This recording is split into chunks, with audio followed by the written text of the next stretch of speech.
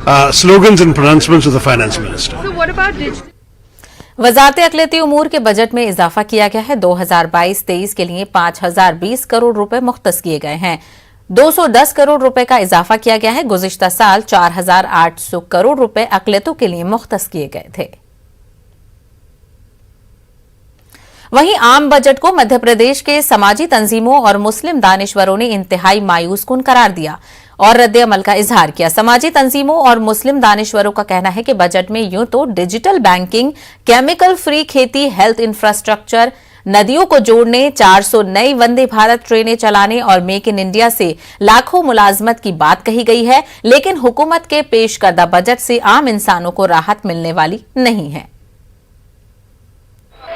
सरकार का ये जो बजट है ये बज़ाहिर तो बड़ा धमाका खेज है। करोड़ों रुपए इसके अंदर खर्च किए जा रहे हैं, बल्कि अरबों रुपए खर्च हो रहे हैं। लाखों करोड़ों नौकरियां निकाली जा रही हैं। सरकार के पास खुद तो कोई अदारा रहा नहीं है, इतनी बड़ी रकम कहाँ से लेके आएंगे। दूसरी बात यह है कि ये इवेंट बना देते हैं हर चीज़ को। ये जो मौजूदा हुकूमत है हर मामले को इवेंट बना के पेश करती है। वादे होते हैं, कोई वादा पूरा नहीं किया जाता। जो नया बजट आया है, कोई भी बजट आए कहीं ना कहीं आम आदमी उससे मुतासिर होता है।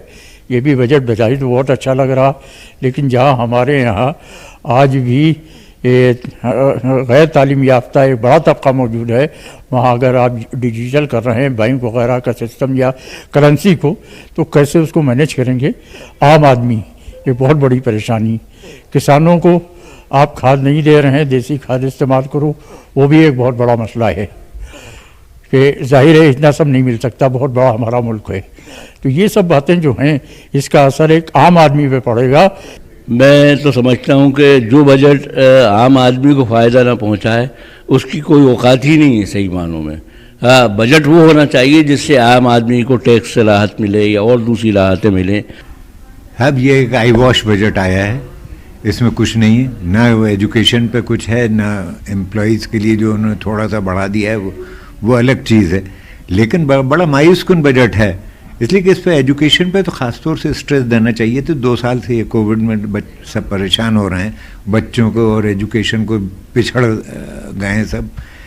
इतने 2 साल का मतलब ये है कि 10 साल पीछे हो गए हम। और आइए अब नजर डालते हैं क्रिप्टो की समझ पर।